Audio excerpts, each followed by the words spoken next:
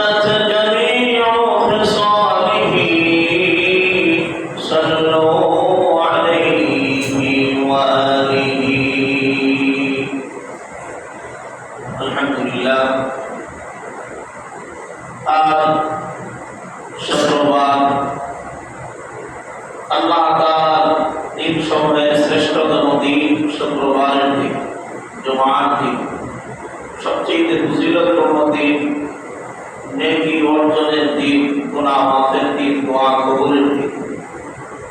জুমার নামাজের উদ্দেশ্যে সর্বাগ্রে আল্লাহ তাআলার ঘর মসজিদে আমাদেরকে আসা বসা আল্লাহ তাআলা কুদরতি কদমে সিজদা করার তৌফিক এনায়েত করেছেন। এজন্য দিল থেকে, অন্তরের অন্তঃস্থল থেকে দিল উদ্ধার করে আল্লাহ তাআলার শেখানো ভাষায় কালিমাতুশ শুকর করে নেই আলহামদুলিল্লাহ।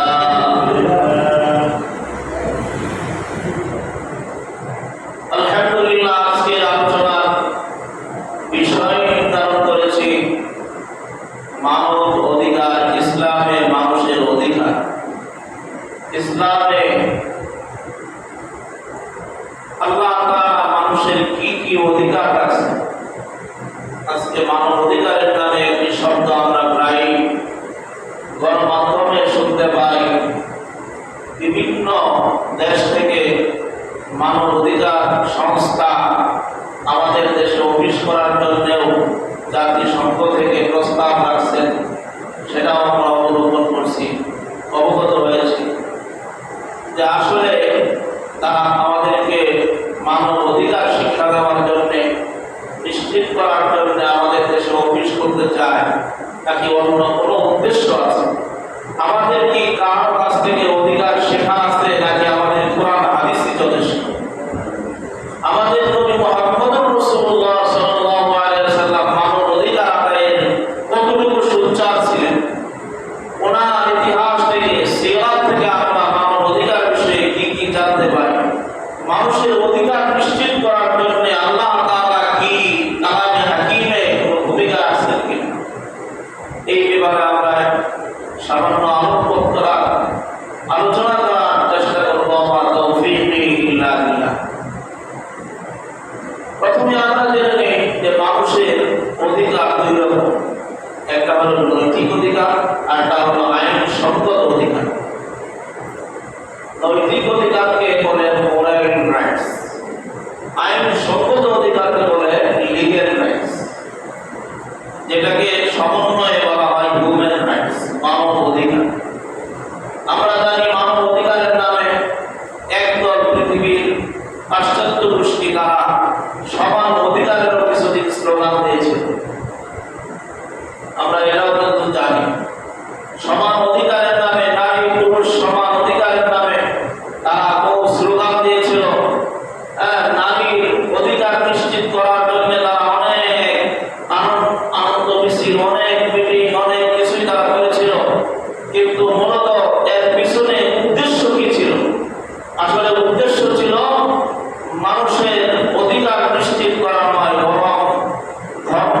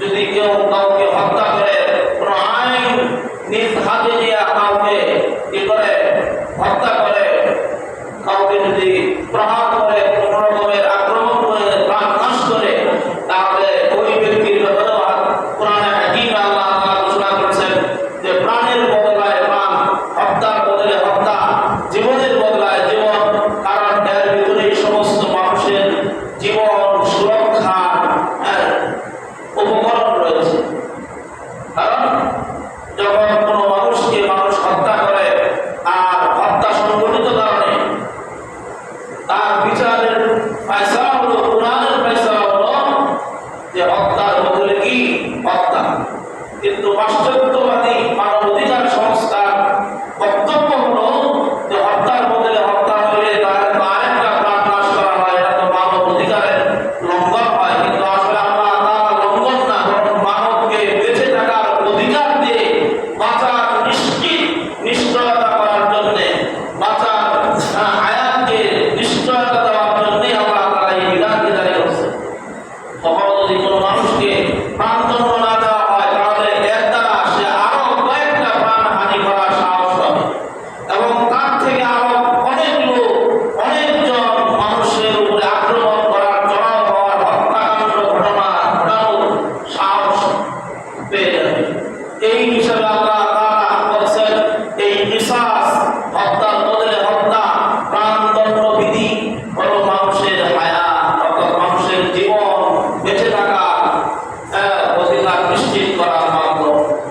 যাই হোক, হাদিসে রাসূলুল্লাহ সাল্লাল্লাহু আলাইহি ওয়াসাল্লাম মানব অধিকার সম্পর্কে বহু কথা বলেছেন। আমরা এগুলো একের পর এক ধারাবাহিকভাবে ইনশাআল্লাহ জানবো যে মানুষের কি কি অধিকার নিশ্চিত করেছেন। মানুষের জানের অধিকার, বেঁচে থাকার অধিকার, মানুষের প্রাপ্য অধিকার, ন্যায়সঙ্গত অধিকার, মানুষের ন্যায্য অধিকার, নারীর অধিকার, পুরুষের অধিকার সম্পূর্ণ সুনির্দিষ্টভাবে বর্ণনা করে দিয়েছেন। এখন আর কারো কাছ থেকে নতুন করে শেখার কোনো কিছু নাই। হাদিসের মধ্যে রাসূলুল্লাহ সাল্লাল্লাহু আলাইহি ওয়াসাল্লাম মানুষের বেঁচে থাকার অধিকার সম্পর্কে অনেক সুন্দর করে, অনেক বিশদভাবে বলে দিয়েছেন। হাদিসে আবু হুরায়রা রাদিয়াল্লাহু তাআলা আনহু থেকে বর্ণিত। উনি এক হাদিসের ভিতরে রাসূলুল্লাহ সাল্লাল্লাহু আলাইহি ওয়াসাল্লামের ইরশাদ বর্ণনা করেন। রাসূল বলেন, মান কানা লাহু মাযলিমাতুন লিআখিহি মিন ইরজিহি আও শাইউন, কোন মানুষ থেকে যদি কোনো অপরাধ সংঘটিত হয়, অত্যাচারিত ঘটিত কোনো হক, যেমন মানহানি, কারো কোন রকমের কোনো আঘাত, কোনো প্রকার কোনো ইজ্জত হানির কোনো ঘটনা হয়ে থাকে,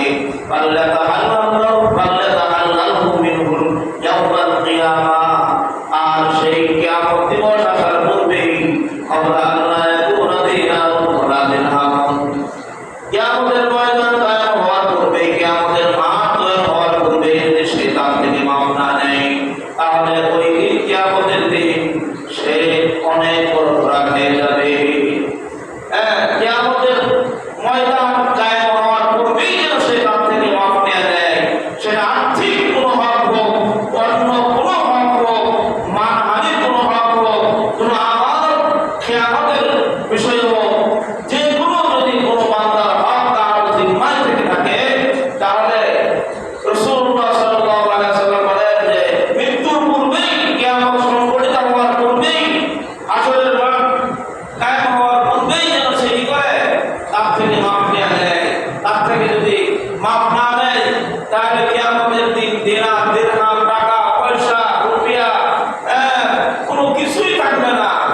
সেই দিন কি হবে অবস্থা? রাসূলুল্লাহ সাল্লাল্লাহু আলাইহি ওয়াসাল্লাম বলেন, ইন কানা লাহু আমালুন সালিহুন উখিযা মিনহু বিকদরি মাযলিমাতিহি, যদি সেই দিন এমন ভয়াবহ কঠিন পরিস্থিতিতে সে পড়ে যায়, যেই দিন কোনো দিনার নাই, কোনো দিরহাম নাই, কোনো প্রকারের কোনো টাকা পয়সা থাকবে না, কোনো লেনদেনের কোনো ব্যবস্থা থাকবে না, ওই দিন রাসূল বলেন সে মন বড় ধরা খেয়ে যাবে। ওই দিন তার নেকিগুলো ওই অত্যাচারিত মজলুম ব্যক্তিকে দিয়ে দেওয়া হবে।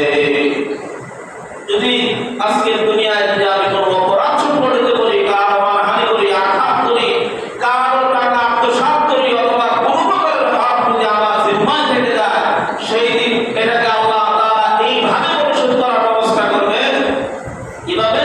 যে তার নেকিগুলো অত্যাচারিত ব্যক্তিকে, জালেমের নেকিগুলো, জুলুমবাজের নেকিগুলো অত্যাচারিত মজলুমকে দিয়ে দেওয়া হবে। ফাইন ফানিয়াত হাসানাতুহু ক্বাবলা আন ইয়াকদিয়া মা আলাইহি, আর যদি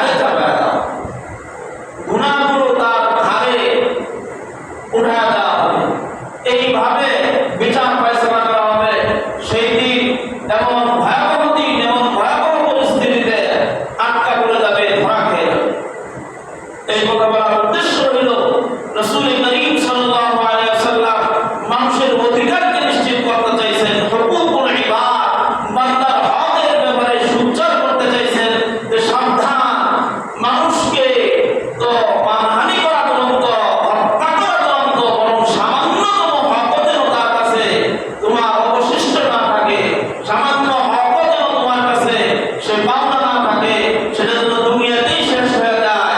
যদি মাফ চাওয়ার মতন হয় মাফ চেয়ে দেওয়া, দেওয়ার মতন হয় দিয়ে দেওয়া, নাহলে কিয়ামতের দিন তুমি ধরা পড়ে যাবে। আর এই কথার উপরে ঈমান আছে, ইয়াকিন আছে, যার এই কথার উপরে বিশ্বাস আছে, সে নিশ্চয়ই অপরাধ থেকে দূরে থাকবে, নিশ্চয়ই অপরের অধিকার ব্যাপারে সচেতন থাকবে, কখনোই কোনো অন্যায় তো দূরের কথা কারো হক নিজের জিম্মায় রাখবে না। কথা ঠিক না? তার হক কিসে মেরে খাবে? কখনোই না, কারণ তার ইয়াকিন আছে এই বিষয়ে। আর যার ইয়াকিন নাই, বিশ্বাস নাই, ঈমান নাই, সে তো জঙ্গল বরাবর, তার তো আর আখিরাতের বিশ্বাস নাই। এই জন্যই মুসলমানদের ওলামায়ে কেরাম বিভিন্ন সময় বিভিন্ন কথায় বলে থাকেন যে RAB, army, police, media, BGB যত কিছু আছে প্রশাসন, সব কিছু দিয়াও মানুষকে অপরাধ থেকে মুক্ত করা যায় না, অপরাধ দমন করা যায় না। একমাত্র আল্লাহর ভয়, একমাত্র আখিরাতের ফিকিরই মানুষকে অপরাধ থেকে মুক্ত করতে পারে। তাই না বেটি? অপরাধ থেকে মানুষকে সমাজে ফিরিয়ে আনতে পারে একমাত্র আল্লাহ পাকের ভয়, আল্লাহ পাকের আযাবের ভয়, জাহান্নামের ভয়, আখিরাতে আল্লাহর কাঠগড়ায় দাঁড়ায়া জবাবদিহিতার ভয়। তার আখিরাতের জিন্দেগীর ফিকিরই পারে একমাত্র তাকে অপরাধ মুক্ত রাখতে, একমাত্র বান্দার হক বিনষ্ট থেকে মুক্ত রাখতে, একমাত্র মানব অধিকার প্রতিষ্ঠার ক্ষেত্রে সোচ্চার হইতে, সচেতন হইতে আখিরাতের ফিকিরই তাকে এই দিকে নিয়ে আসতে পারে। এজন্য হাদিসে রাসূল করিম সাল্লাল্লাহু আলাইহি ওয়াসাল্লাম মানব অধিকার সম্পর্কে অনেক হাদিস বর্ণনা করেছেন। হাদিসের কিতাবে এই ব্যাপারে একটা ওয়াদাই আছে, যে মানুষের অধিকার সম্পর্কে তার কি অধিকার। এক হাদিসে রাসূল করিম সাল্লাল্লাহু আলাইহি ওয়াসাল্লাম বলেন, আতাদরুনা মাল মুফলিস, হ্যাঁ আমার উম্মতেরা, সাহাবায়ে কেরাম তোমরা শোনো, তোমাদের ধারণা কি? তোমাদের মধ্যে গরীব কে তোমরা কি বলতে পারো? তোমাদের মধ্যে কে গরীব, কে নিঃস্ব? ক্বালু ফিনা ইয়া রাসূলুল্লাহ মান লা দিরহাম লাহু ওয়ালা মাতা। সাহাবায়ে কেরাম বললেন, ও আল্লাহর হাবিব, ও আল্লাহর রাসূল, যার কোনো টাকা পয়সা নাই, জীবন উপকরণ নাই, যার কোনো সামান নাই, দুনিয়ায় কোনো রকমের কোনো জীবন যাপনের কোনো মাধ্যম নাই, উপকরণ নাই, আমাদের দৃষ্টিতে আমাদের নিকট সেই তো গরীব, সেই তো অসহায় নিঃস্ব।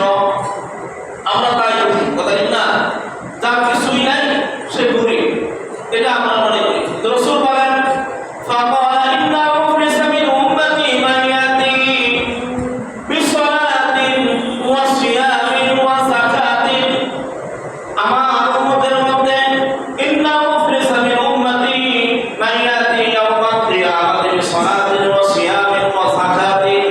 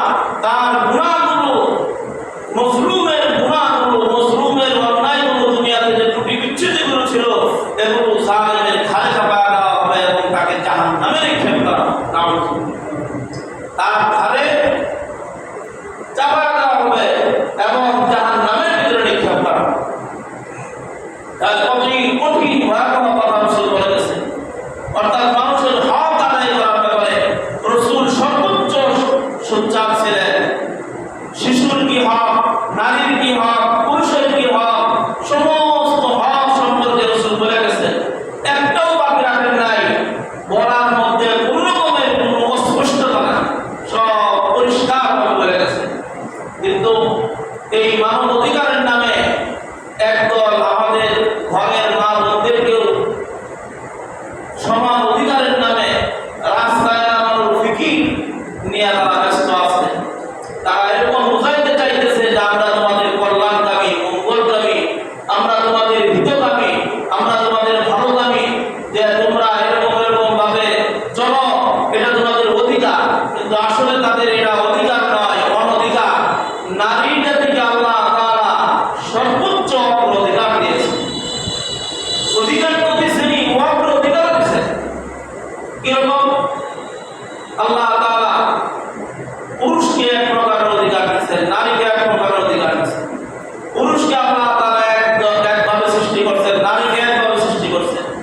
আল্লাহ তাআলা পুরুষের জন্মগতভাবেই কিছু অধিকার দান করছেন, আর নারীকেও জন্মগতভাবেই কিছু অধিকার দান করছেন, যেগুলো আল্লাহ তাআলা নির্ধারিত। যেমন জন্মগতভাবেই তাদের কিছু অবয়ব, সৃষ্টিগতভাবেই তাদের কিছু অবয়ব আল্লাহ তাআলা ভিন্ন করছেন, যেটা দুনিয়ার কোনো পুরুষকে দেন নাই। আর দুনিয়ার পুরুষকে আল্লাহ তাআলা কিছু অধিকার দান করছেন, জন্মগতভাবেই কিছু দিয়ে দিয়েছেন, যেটা কোনো নারীকে দেন নাই। যেমন আমরা পুরুষেরা অধিকার রাখি হাতে, ঘাটে, মাঠে, কলকারখানায়, বাজারে অবাধ বিচরণ করা, আমার কাজ করা, এরকম জীবিকা রোজগার করা। কিন্তু নারীদেরকে আল্লাহ তাআলা কর্মস্থল এইভাবে নির্ধারণ করেন নাই। তাদেরকে বলেছেন কি, তোমরা পুরুষের অধীনে থেকে তোমাদের ঘরেই তোমরা অবস্থান করো, এটাই তোমাদের কর্মস্থল। এখানেই তোমাদের জীবনযাপন করা উত্তম এবং নিরাপদ স্থল। এর বাইরে তোমরা নিরাপদ নও। রাসূলুল্লাহ সাল্লাল্লাহু আলাইহি ওয়াসাল্লাম বলেন যে নারীদেরকে জন্মগতভাবে কিছু যোগ্যতা দিয়ে আল্লাহ তাআলা তৈরি করেছেন। জন্মগত যোগ্যতা বলতে যেমন নারীরা সন্তানকে গর্ভে ধারণ করে, স্তনের দুধ পান করা, এই যোগ্যতা আল্লাহ তাআলা দুনিয়ার কোনো পুরুষকে দেন না। দুনিয়ার কোনো পুরুষকে দিয়েছেন? দেন না। এই যোগ্যতা শুধুমাত্র আল্লাহ পাক নারীকেই দান করেছেন। আর পুরুষকে আল্লাহ তাআলা এমন কিছু যোগ্যতা দিয়েছেন, পুরুষ যুদ্ধের ময়দানে যুদ্ধে যাবে, কাঁধে সে অস্ত্র গ্রহণ করবে এবং শত্রুর মোকাবেলা করবে। নারী সেটা উপযুক্ত ক্ষমতা রাখে না। পুরুষের সাথে চলা, পুরুষের সাথে দৌড়ানো, পুরুষের সাথে যুদ্ধ করার ক্ষমতা রাখে না। তবে আল্লাহ তাআলার কাছে পুরস্কার প্রাপ্তির বেলায় সমান করছেন। আল্লাহ তাআলা বৈষম্য করেন নাই। পুরুষ যুদ্ধ করবে, জিহাদ করবে, শত্রুর মোকাবেলা করবে, সেখান থেকে যদি বেঁচে যায় সে গাজীর সওয়াব পাবে। কিসের সওয়াব পায়? গাজীর সওয়াব পাবে। আর নারী সে স্বামীর সংসার করবে, স্বামীর সন্তান গর্ভে ধারণ করবে, স্বামীর সন্তানের লালন পালন করবে, স্বামীর সন্তানের হেফাজত করবে, কাজ করে, দুধ পান করাবে। হাদিসের ভিতরে রাসূল বলেন, যদি কোন নারীর সন্তান প্রসবকালীন সময় মারা যায়, সে শহীদের সওয়াব পাবে। শহীদের সওয়াব, পূর্ণ শহীদের সওয়াব। আর পুরুষ যুদ্ধের ময়দানে জিহাদ করতে যায়, শত্রু অস্ত্রের আঘাতে মৃত্যুবরণ করলে সে শহীদের সওয়াব। তাই সওয়াবের বেলায় আল্লাহর কাছে পুরস্কার প্রাপ্তির বেলায় সমান।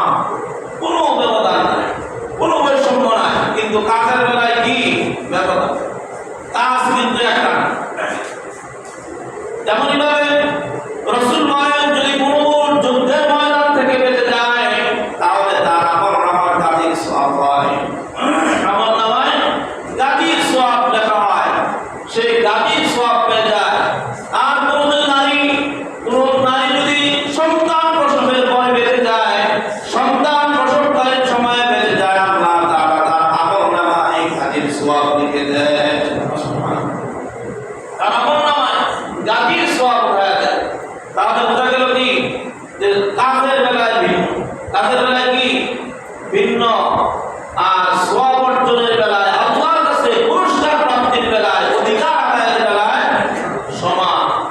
কিন্তু এইটাকে যদি কেউ এরকম ভাবে নেয় যে নারী পুরুষ সমান অধিকারের স্লোগান দিয়া নারীদেরকে পুরুষের কাঁধে কাঁধ মিলে কাজ করার মতন সুযোগ তৈরি করে দিয়ে আর বলতে থাকে পর্দা নারীর প্রগতির পথে বাধা, অন্ত হয়, পর্দার কারণে নারীরা ঘর থেকে বের হতে পারে না, এটা তাদের অনধিকার চর্চা, এটা তাদের অধিকারকে খর্ব করা, এরকম যদি বলেন তাহলে এর পিছনে কি রয়েছে? অনেক বড় চক্রান্ত রয়েছে। রাসূল করিম সাল্লাল্লাহু আলাইহি ওয়াসাল্লাম মানুষের অধিকারকে নিশ্চিত করার জন্য এমনও বলছেন যে পশু পাখি জীবজন্তুর অধিকার পর্যন্ত নিশ্চিত করার জন্য বলছেন কিয়ামতের ময়দানে তাদেরও একটা বিচার হবে। বিচারটা হলো সবল থেকে দুর্বলকে অধিকার আদায় করে দেওয়া। সবল দুনিয়াতে দুর্বলের উপরে চড়াও হয়েছে, পুকুরের উপরে চড়াও হয় কিসের অপরাধে?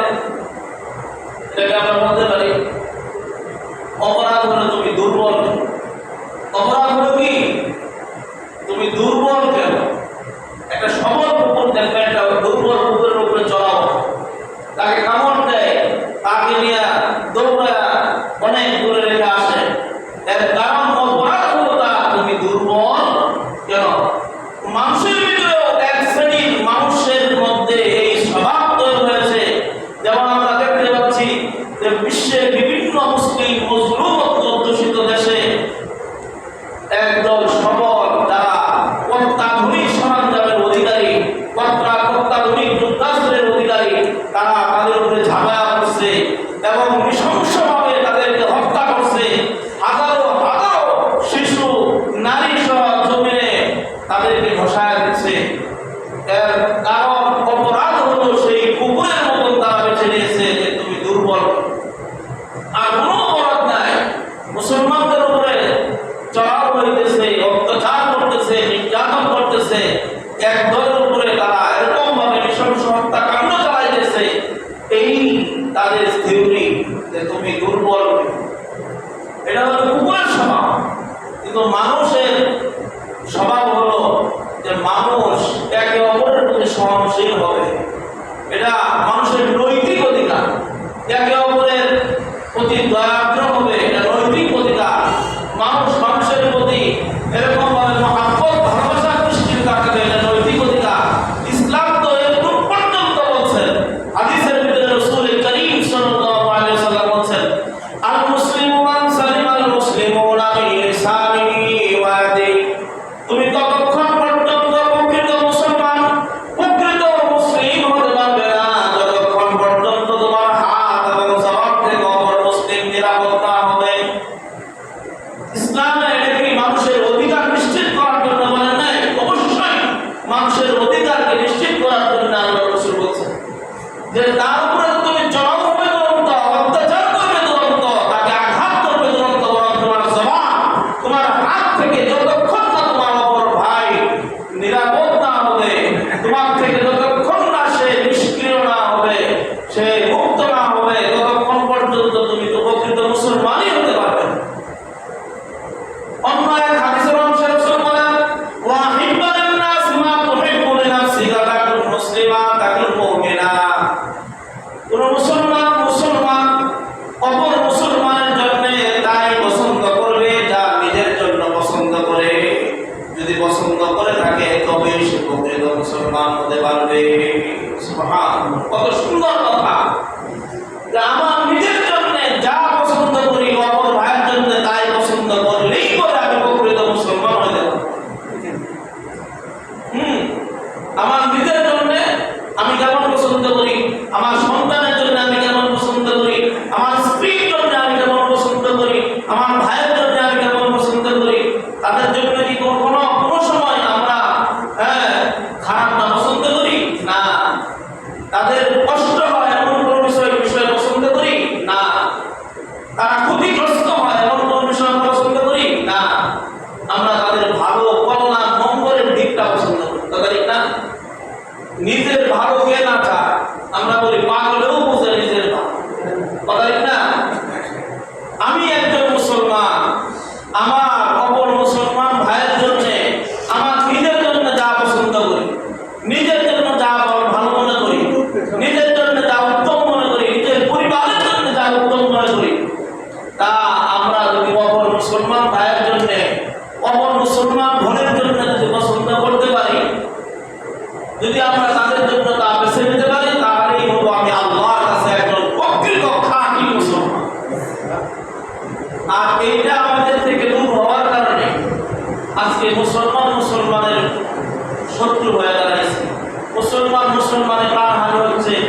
মুসলমান একজন আরেকজনকে মেরে ফেলছে, আরেক দল হা করে তাকায় আছে।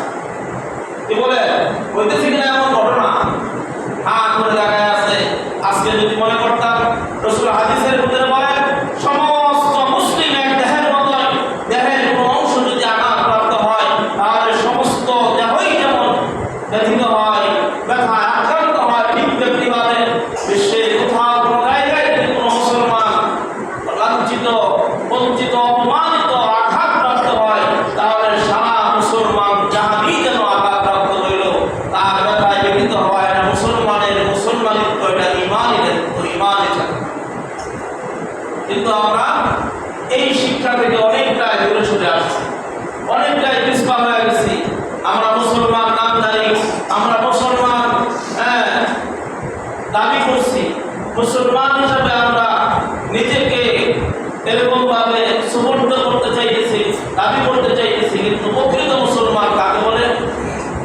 প্রকৃত মুসলমান হলো যে আমি একজন মুসলমান, ইসলামের হুকুমত পুরোপুরিভাবে মানা, মানব অধিকার, মানুষের অধিকার বলতে প্রথম হলো মানুষের বেঁচে থাকার অধিকার।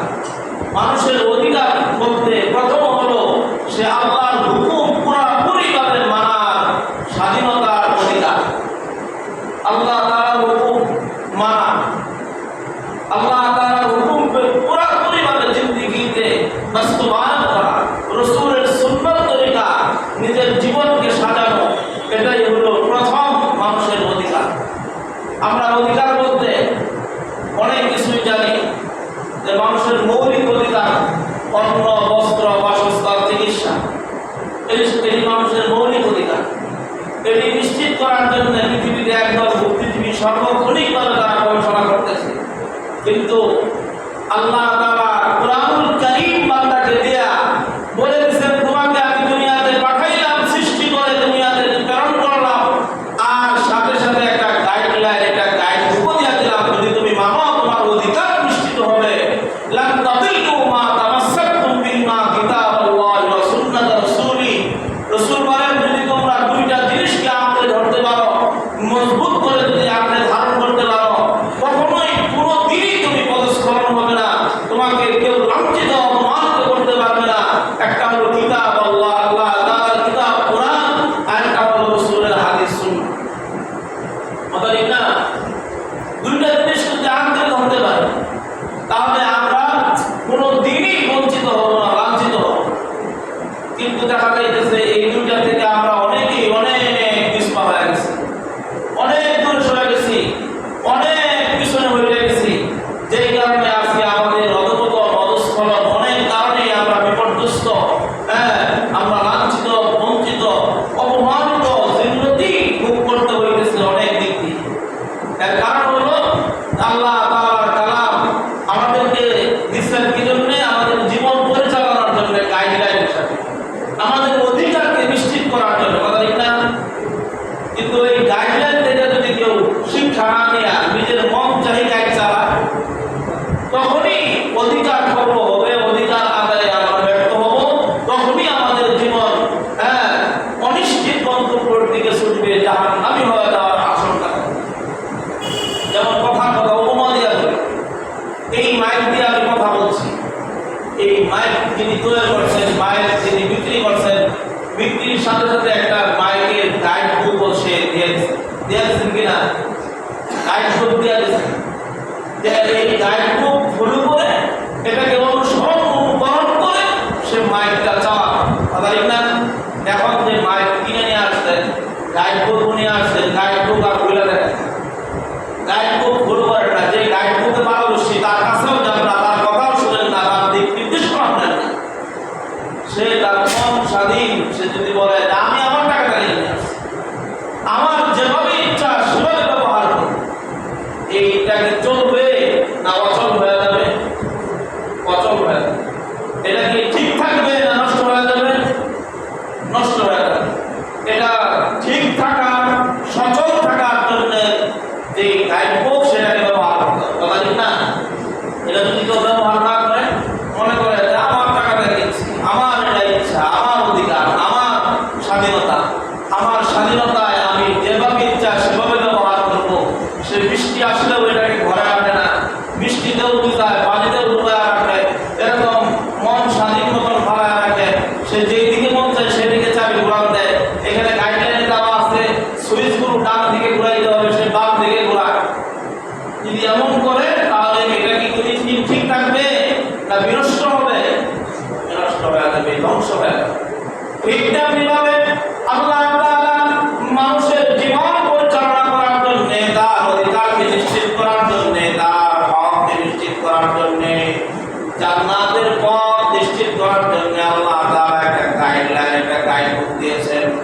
ভাইরা আমার কোরআনুল কারীম বান্দার জন্ম থেকে মৃত্যু পর্যন্ত যা কিছু সে করবে, জন্ম থেকে মৃত্যু পর্যন্ত যেইভাবে জীবনকে সাজাবে পুরাপুরিভাবে লিপিবদ্ধ আছে রাসূলের হাদিস এবং কিতাবুল্লাহর ভিতরে।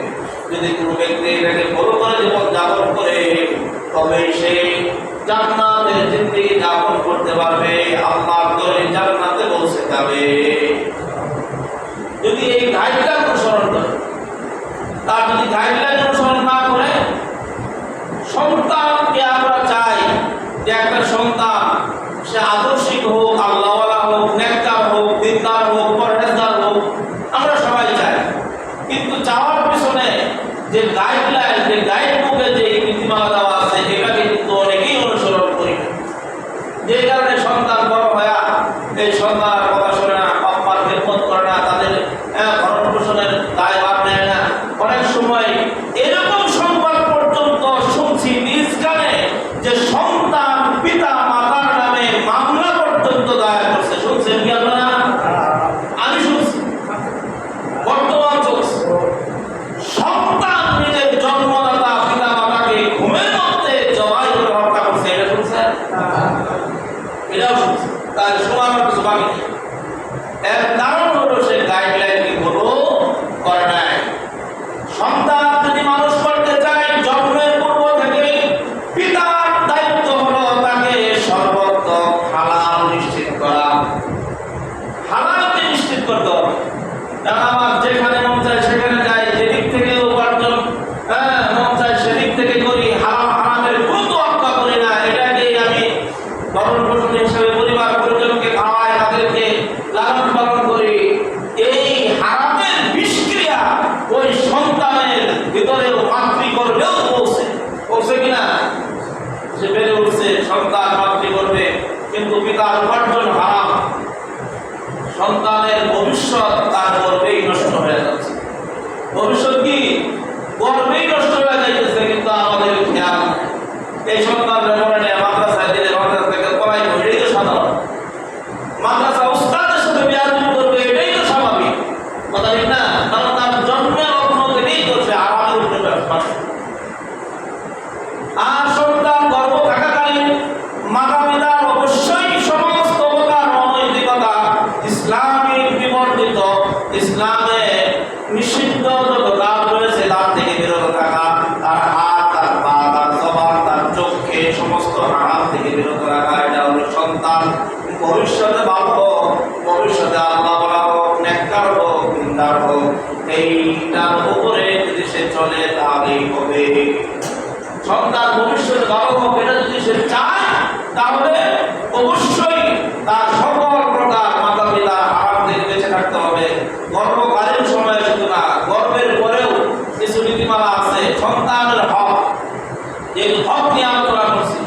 প্রথম পিতা মাতার উপরে সন্তানের কি হক আছে? পিতা মাতার উপরে সন্তানের প্রথম প্রধান হক যেটা, সেটা হালালকে নিশ্চিত করা গর্ভকালীন থেকে। 2 নম্বর, সন্তান প্রসবের পরে আমরা জানি সুন্নত হলো সন্তানের ডান কানে ইকামত, আযান দেওয়া, বাম কানে ইকামত। কে দিবে? এটা ব্যাপারে আমরা অনেকেই অনেক গলত মশহুর আছে যে মসজিদের ইমাম সাহেব অথবা মুয়াজ্জিন সাহেব যায় আযান দেয়, আছে, কিন্তু আমরা অনেকেই জানি না। নিয়ম হলো প্রসূতি মা নিজেই তার সন্তানের ডান কানে আযান, বাম কানে ইকামত দিবে। যদি সে অপারগ হয়, অসুস্থ হয়, তার সাহায্যে নিয়োজিত, তার সেবা শুশ্রূষায় নিয়োজিত অন্যান্য মহিলারা তার ডান কানে আযান, বাম কানে ইকামত দিবে। কোনো পুরুষ প্রয়োজন। কথাটা কি বুঝতে পারলাম? সন্তানের ডান কানে আযান, বাম কানে ইকামত দেওয়ার জন্য কোনো পুরুষের কি নাই? প্রয়োজন নাই। ওখানে প্রসূতি মায়ের কাছে পুরুষ যাওয়ারও কোনো পরিস্থিতি তখন থাকে না। এজন্য সুন্নাত হলো তার ডান কানে আযান আস্তে আস্তে করে বলে দিবে, আর বাম কানে ইকামত বলে দিবে। এটা সুন্নাত। জন্মের শুরুতেই সে আল্লাহর পরিচয় পেয়ে গেল। জন্মের শুরুতেই সে আল্লাহ তাআলার মহা শব্দের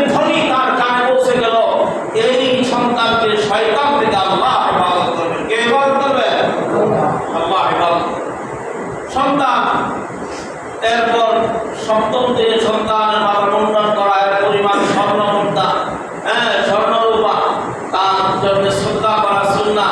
এই সন্তানের নামে একটা আকিকা করা, পুরুষ হলে 2টা খাসি অথবা একটা হলেও যথেষ্ট হবে, হবে না যে এরকম না, যদি পারে সামর্থ্যবান হয় 2টা সুন্নাহ। মুস্তাহাব উত্তম হলে 2টা করা, মেয়ে সন্তান হলে 1টা করা। এই সন্তানের সপ্তম দিবসে তার জন্য একটা উত্তম নাম বাছাই, এটা মাতা-পিতার হক। সন্তানের মাতা-পিতার উপরে হক, এটা অধিকার। যদি এই অধিকার থেকে বঞ্চিত করে, সন্তান তো শুরুতেই বঞ্চিত হয়ে গেল। এরপর সন্তান যখন বেড়ে উঠবে, কথা বলা শিক্ষা করবে। সন্তান 2 বছর, 1.5 বছর অথবা 2.5 বছর বয়সে কথা বলা শুরু করে।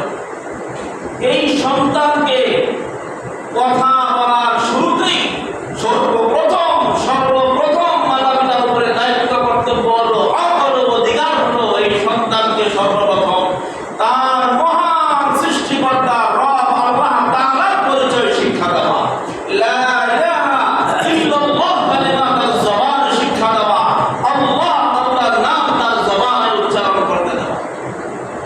এটা হলো প্রথম কথা, তার জবান দিয়ে আসে। এটা না কইরা অনেক নাম শেখায়, অনেক বাবার নাম শেখায়, অনেক পশু পাখির নাম শেখায়, ফল-ফলাদের নাম শেখায়, ফুলের নাম শেখায়, এগুলো শেখায়। কিন্তু সন্তানকে যখন আরেকটু বড় হতে থাকবে, 7 বছর বয়স হইল সন্তান, কয় বছর?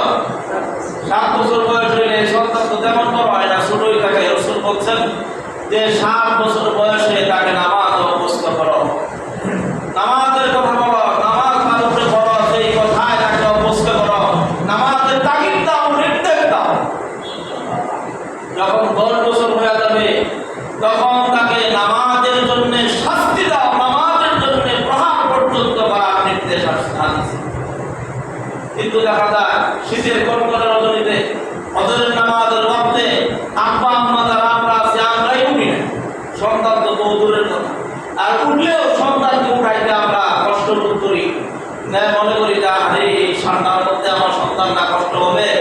ফজরের নামাজ পড়ার জন্য সন্তানের বয়স 11 বছর, 10 বছর, 12 বছর, ব্যাপার না, শুয়ে থাক। তার আমরা কল্যাণ দেখাইলাম, দরদ দেখাইলাম, ভালোবাসা দেখাইলাম। আমার আপনার চাইতে আল্লাহ তাআলা কি আমাকে আপনাকে কম ভালোবাসেন? আল্লাহ তাআলা কি আমার সন্তানকে আমার আপনার চাইতে, পিতামাতার চাইতে কম ভালোবাসেন? উনি কি জেনে বুঝে বান্দার কল্যাণের জন্যই কি আদেশ করেন নাই? এই ফরজ বিধান তার উপরে বর্তায় নাই? অবশ্যই আল্লাহ কল্যাণের জন্যই বর্তাইছে। কিন্তু আমরা বেশি আগ্রহ দেখাবার যায় জাহান্নামের দিকে সন্তানকে পথ দেখাইছি। কথা ঠিক না বেটি? সন্তান অনেকের বিদেশে থাকে, অনেকের দেশের বাইরে কাজ করে, 5 বছর 10 বছর থাকে, তাদের সাথে প্রায়ই কথা হয়, কথায় সব কথাই জিজ্ঞাসা করে, কিন্তু সন্তানকে কিন্তু এই কথা জিজ্ঞাসা করে না, বাবা তো ফজরের নামাজটা পড়ছো? তুমি কি ফজরের নামাজ আদায় করছো? আজকে ফজরের ওয়াক্তে কি জামাতে শরীক হইছিলা? আজকে ফজরের নামাজে কি তুমি গিয়েছিলা? কি খবর? তোমার কি নামাজ রাসূলের সুন্নাহ তরিকায় জীবনযাপন সঠিকভাবে চালাইছো? এই কথা কি পিতামাতা জিজ্ঞাসা করে? এমন পিতামাতার সংখ্যা কম না বেশি? খুবই কম, খুবই কম। সবই জিজ্ঞাসা করে। সন্তান যদি ভালো টাকা পাঠায়, তার ভরণ পোষণ করে, দেশে যদি ভালো তার ব্যবস্থা করে দেয়, সন্তানের ভালোর কোনো শেষ নাই। সন্তানরা নামাজ পড়ে না, রাসূলের তরিকায় চলে না, এই জন্য একদিনও তার মুখ কানা করে নাই, রাগ হয় নাই, চেহারার ভিতরে কোনো উৎসাহ ছাপ দেখায় নাই। এই জন্য কিয়ামতের ময়দানে সন্তানকে যখন জাহান্নামী হিসেবে ডাকা হবে, বলবে আমি একটা জাহান্নামী। ওই দিন কিয়ামতের ময়দানে সন্তান বলবে আমাকে তো আমার বাবার সবই দিকেই তো গুণে, কোনোদিন নামাজের কথা বলে নাই, আমার পিতামাতাকে আমার সামনে আনেন, তাদেরকে পথ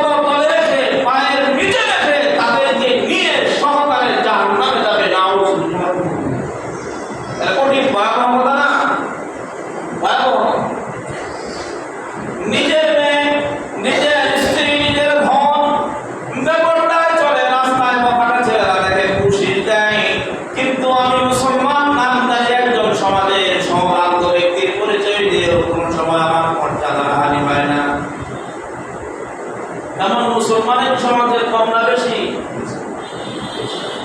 আমি মুসলমান সম্ভ্রান্ত পরিচয় দিয়ে ঘুরি, আমি সমাজের অনেক বড়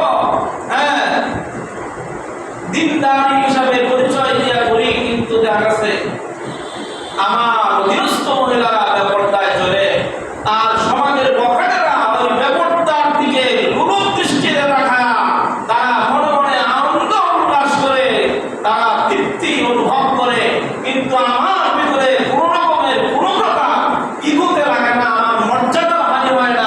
আমিও মুসলমান, এমন মুসলমান সমাজে কম নয়, ঠিক না?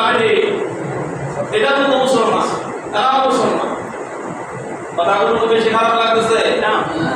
হ্যাঁ, এটা হলো অনেকে হয়তো বিভিন্ন মাইন্ডে নিতে পারে আমাদের ইসলামের জন্যই বয়া, আমাদের সংশোধনের জন্যই বয়া, আমাদের ফিরে আসার জন্যই বয়া, যে আমরা যেন এই ত্রুটি গ্রুপ থেকে ফিরে আসতে পারি। আমরা অধিকার বলে চিল্লাই, কিন্তু কোরআনে হাদিসে আল্লাহ তাআলা কোরআনে হাকিমে রাসূলের তার অসংখ্য হাদিসে বান্দার অধিকার সম্পর্কে সুন্দর করে বলে দিয়েছেন। হ্যাঁ, নির্দিষ্ট করে দিয়েছেন যে তোমার অধিকার বলতে তুমি করো, তোমার মন চাই চলা, মন চাই জীবন যাপন, এটার নাম অধিকার নয়। কোরআন মোতাবেক, হাদিস মোতাবেক, আল্লাহ তাআলার বিধান মোতাবেক জীবন চালানোই হলো প্রকৃত অধিকার। কথা ঠিক না বেটি? প্রকৃত অধিকার, মন চাই অধিকার, এটা অধিকার। এজন্য হাদিসের কিতাবের ভিতরে অসংখ্য বাণী রাসূল করিম সাল্লাল্লাহু আলাইহি ওয়াসাল্লাম এই উম্মতকে বাঁচানোর ফিকিরে, জাহান্নাম থেকে আর জান্নাতের দিকে নিয়ে যাওয়ার ফিকিরে উনি অনেক নসিহত করেছেন। এক হাদিসে রাসূল করিম সাল্লাল্লাহু আলাইহি ওয়াসাল্লাম হযরত আবু যর গিফারী রাদিয়াল্লাহু তাআলা আনহু থেকে বর্ণিত, উনি বলেন যে আমাকে রাসূল 7টা নসিহত করেছেন স্পেশাল ভাবে। রাসূল বলেন, হযরত আবু যর গিফারী রাদিয়াল্লাহু আনহু বলেন, আমানি খালিলি বিসাজি, যে 7টা নসিহত আমার হাবিব রাসূল করিম সাল্লাল্লাহু আলাইহি ওয়াসাল্লাম আমাকে করেছেন। 7টা নসিহত আমাকে বিশেষভাবে উনি করেছেন। 1 নম্বর, আমানি বিহুব্বিল মাসাকিন ওয়াদ দুরুদি মিনহু। 1 নম্বর নসিহত করেছেন যে আমি যেন অসহায়, অনাথ, গরিব, মিসকিনদের কাছাকাছি বসবাস এবং তাদেরকে ভালোবাসি। রাসূল নসিহত করেছেন 1 নম্বর নসিহত, আমানি বিহুব্বিল মাসাকিন ওয়াদ দুরুদি মিনহুম। 1 নম্বর নসিহত করেছেন রাসূল যে আমার উম্মতের মধ্যে যারা গরিব, যারা অসহায়, গরিব একটা গরিব যদি ওই পাশে থাকতো, যাই হোক শেষ করে দিয়েছি 2 মিনিট, যে আমার উম্মতের মধ্যে যারা গরিব, অসহায়, তাদের কাছাকাছি বসবাস করবে এবং তাদেরকে ভালোবাসবে। রাসূল বলেন, ওয়ামানি আল্লাহ ইয়ানজুরা মিন দুনিহি, আল্লাহ ইয়ানজুরা ওয়া আল্লাহ ইয়ানজুরা মিন দুনি ফাওকিহি। রাসূল বলেন, যারা তোমার থেকে নিচু তাদের দিকে সর্বদাই তোমার দৃষ্টি নিবদ্ধ রাখবে, যারা তোমার থেকে উঁচু তাদের দিকে কখনোই দৃষ্টি দেয়া আকাশ করবে না। 2 নম্বর নসিহত, তোমার থেকে যারা নিচু তুমি তাদের দিকে তাকাও। তোমার তো আল্লাহ পাক বহু নিয়ামত দান করেছেন। অনেক মানুষ তো এমন আছে যারা স্টেশনে শুয়ে ঘুমায়, ঘরের একটা ছাউনি পর্যন্ত নাই, তাদের দুবেলা খাবার কোনো ব্যবস্থা নাই, তাদের এমন জীবনযাপন চলতেছে, কিন্তু তোমাকে তো তাদের থেকে আল্লাহ অনেক ভালো রাখছেন। সেই হিসেবে তুমি আল্লাহর শুকর আদায় করো আর তোমার থেকে উঁচুর দিকে তাকায় হাত উদাস করিও।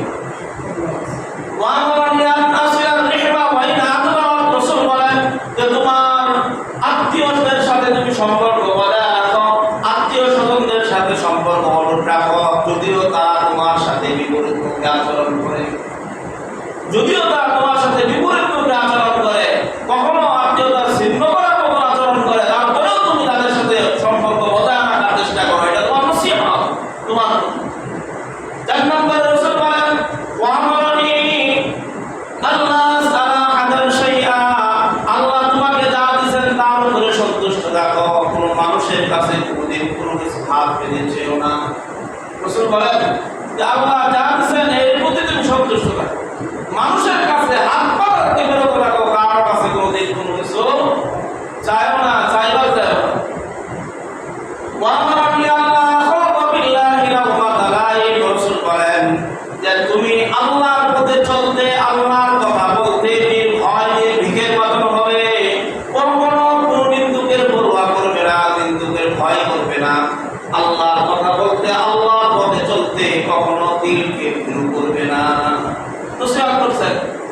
তুমি আল্লাহর পথে চলবা, আল্লাহর কথা বলবা, আল্লাহর হুকুম তুমি জমিনে প্রতিষ্ঠা করার জন্য নিজের প্রচেষ্টা সর্বাত্মক চালাইবা। নিন্দুকের নিন্দা করিয়া করবা কে কি বলবো এটা করবা নাই, আমি আল্লাহর হুকুমকে মানি, রাসূলের তরিকায় চলি, কারো করবা নাই, আমি আমার রাসূলের তরিকায় চলছি।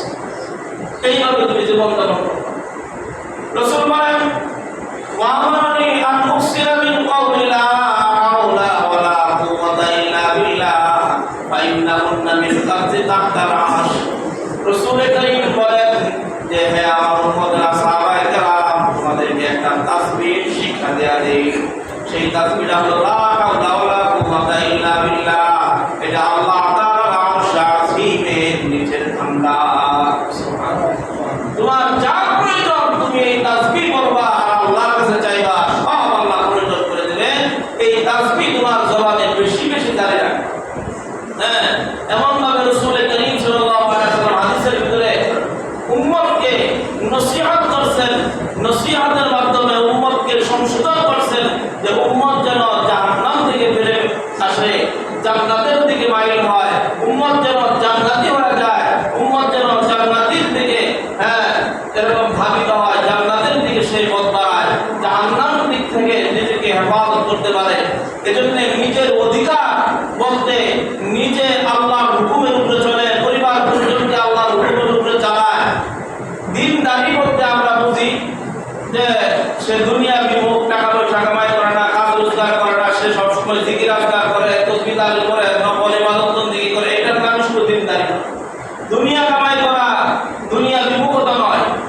দিনদারি হইল, প্রকৃত দিনদারি হইল যে তার নিজে এবং নিজের পরিবার পরিজন সব নিয়ে আল্লাহর হুকুম মানার জন্য সর্বাত্মক চেষ্টা চালায়, তার সর্বাত্মক প্রাণান্তক চেষ্টা করে যায়। নিজে শুধু না, নিজের পরিবার পরিজন সবাই নিয়ে খুশির সাথে, আনন্দের সাথে, সন্তুষ্ট চিত্তে আল্লাহর বিধানকে মেনে নেয়। এটাই নাম হলো দিনদারি। হ্যাঁ, একা একা না, সবাই নিয়ে হলো কি দিনদারি। এই জন্যে আমরা আল্লাহ তাআলার হুকুম পুরাপুরি মানার চেষ্টা করবো। পাঁচ বেলা নামাজ মসজিদে জামাতের সাথে তাকবীরে উলা সহকারে পড়ার চেষ্টা করবো এবং সমস্ত প্রকার গুনাহ থেকে বেঁচে থাকার চেষ্টা করবো। যদি আমরা নেক কাজ করি সাথে সাথে কিছু গুনাহ করি, এটা হলো যেমন এই মসজিদের মনে করেন এসি চাললে ঠান্ডা হওয়ার জন্য, কিন্তু দরজা জানালা খোলা রাখবে, তাইলে কি হবে? এসির মেশিন নষ্ট হয়ে যাবে। এসির মেশিন কি হবে? নষ্ট হয়ে যাবে। আমি নেক আমলও করতেছি, সাথে সাথে কিছু গুনাহও করতেছি, তাহলে আমার এই গুনাহের কারণে আমার সমস্ত নেক আমল নষ্ট হয়ে যাবে। নেক আমল করতেছি, মনে করেন আপনি ভিটামিন খাইতেছেন, অনেক ভিটামিন শরীরকে সুস্থ রাখার জন্য, বছরের শেষে যদি একটু সামান্য বিষ খান, তাহলে এই সমস্ত ভিটামিনের সমস্ত শক্তিকে এই সামান্য বিষে মুহূর্তের মধ্যে নিষ্ক্রিয় করে দেবে এবং ধ্বংস করে দেবে। এটা বেশি। এই জন্য গুনাহটাও এমন বিষ যে বান্দা বহু নেক আমল করে, কিন্তু পাশাপাশি দেখা গেছে যে একটু গুনাহ করে। এই গুনাহর কারণে আমাদের নেকগুলো ধ্বংস হয়ে যায়, নেকিগুলো বরবাদ হয়ে যায়। আল্লাহ তাআলা আমাদেরকে হেফাজত করুন, নেকি বেশি বেশি করার তৌফিক দান করুন। আমিন। ওয়া আখিরু দাওয়ানা